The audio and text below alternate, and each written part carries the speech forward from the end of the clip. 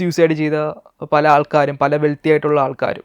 കാരണം അവരുടെയൊക്കെ bank balance അവർ suicide ചെയ്ത സമയത്തെന്ന് പറയുന്നത് വളരെ ഹെവിയാണ്. കോടികളും ലക്ഷങ്ങളും ബില്യണേഴ്സ് ആയിട്ടുള്ള ആൾക്കാരൊക്കെയാണ് ഈ സൂസൈഡ് ഡിപ്രഷൻ്റെയൊക്കെ പാതയിലേക്കൊക്കെ പോകുക എന്ന് പറയുന്നത്. ആ ഒരു ലൈഫിൻ്റെ മീനിങ്ലെസ്നെസ്, ലൈഫിൻ്റെ ട്രാജഡി. ഇപ്പോൾ പല ഫിലിം ആക്ടേഴ്സും ഒക്കെ ഞാൻ പല ഇൻ്റർവ്യൂവിൽ വന്ന് കണ്ടിട്ടുള്ളതാണ്. സക്സസ്ഫുൾ ആയിട്ടുള്ള നമ്മുടെ മലയാളത്തിലെ തന്നെ ഫിലിം ആക്ടേഴ്സൊക്കെ പറയുന്നത്, അതായത് അവർ ചോദിച്ചപ്പോൾ ലൈഫ് എന്താണെന്ന് അവർ ചോദിച്ചപ്പം 60-70 വയസ്സുള്ള അവർ പറഞ്ഞ കാര്യമാണ്. ചില ആൾക്കാർ പറഞ്ഞ, ഞാൻ പേരെടുത്ത് പറയുന്നില്ല, അവർ പറഞ്ഞതാണ് ലൈഫ് എന്ന് പറയുന്ന അൾട്ടിമേറ്റ്ലി, ഒരു ആക്ടർ പറഞ്ഞാൽ ലൈഫ് എന്ന് പറഞ്ഞാൽ അൾട്ടിമേറ്റ്ലി ട്രാജഡിയാണ് എന്നാണ്. അദ്ദേഹം വളരെ സക്സസ്ഫുൾ ആയിട്ടുള്ള ആളാണ്. പക്ഷേ അദ്ദേഹത്തിന് അദ്ദേഹം മരിക്കുന്നതിന് മുമ്പുള്ള ഇൻ്റർവ്യൂവിൽ ഞാൻ കണ്ടതാണ്. അദ്ദേഹം പറഞ്ഞതാണ് ലൈഫ് ഈസ് എ ട്രാജഡി എന്നാണ് അദ്ദേഹത്തിന് മനസ്സിലായെന്ന് പറയുന്നത്. So they are successful outside, fame ഉണ്ട് അവർക്ക്, പ്രൊഫഷണലി സക്സസ്ഫുൾ ആണ്, മെറ്റീരിയലി റിച്ച് ആണ്.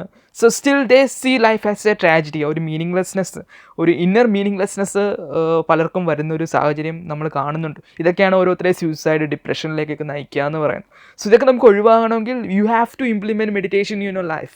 Meditation is the only way to overcome ഒരു സ്പിരിച്വൽ പോവർട്ടി, അല്ലെങ്കിൽ നമ്മുടെ ഇന്നർ ഡിസ്കണ്ടൻമെൻറ്റ്, ജീവിതത്തിൻ്റെ സംതൃപ്തിയില്ലായ്മ, അതിനെ ഒഴിവാക്കുക. ജീവിതത്തിൽ ഒരു ആന്തരികമായ ശാന്തതയും പരമാനന്ദത്തിലും നമുക്ക് ജീവിക്കാൻ സാധിക്കണമെങ്കിൽ നമ്മൾ മെഡിറ്റേഷൻ എന്ന അവസ്ഥയിലേക്ക് നമ്മൾ വരേണ്ടതുണ്ട്. മെഡിറ്റേഷൻ നമ്മുടെ ജീവിതത്തിൻ്റെ ഭാഗമാകേണ്ടതുണ്ട്. കാരണം ഞാനും മനസ്സിലാക്കിയതാണ്, എൻ്റെ ജീവിതത്തിലും ഈ ഒരു മീനിങ്ലെസ്നെസ്, അർത്ഥമില്ലായ്മയൊക്കെ ഒരുപാട് അനുഭവിച്ചതാണ്. അതിൽ നിന്നെല്ലാം ജീവിതം ഇപ്പോൾ ശാന്തമായി എനിക്കിപ്പോൾ അനുഭവമായിട്ടുണ്ടെങ്കിൽ അതിൻ്റെ കാരണമെന്ന് പറയുന്നത് മെഡിറ്റേഷനാണ്. മെഡിറ്റേഷന് വലിയൊരു പങ്കുണ്ട്. ഞാൻ നിത്യജീവിതത്തിൽ മെഡിറ്റേഷൻ പ്രാക്ടീസ് ചെയ്യുന്ന ആളാണ്. മെഡിറ്റേഷൻ കണ്ടിന്യൂസ് ആയിട്ട് പ്രാക്ടീസ് ചെയ്യുന്നുണ്ട്.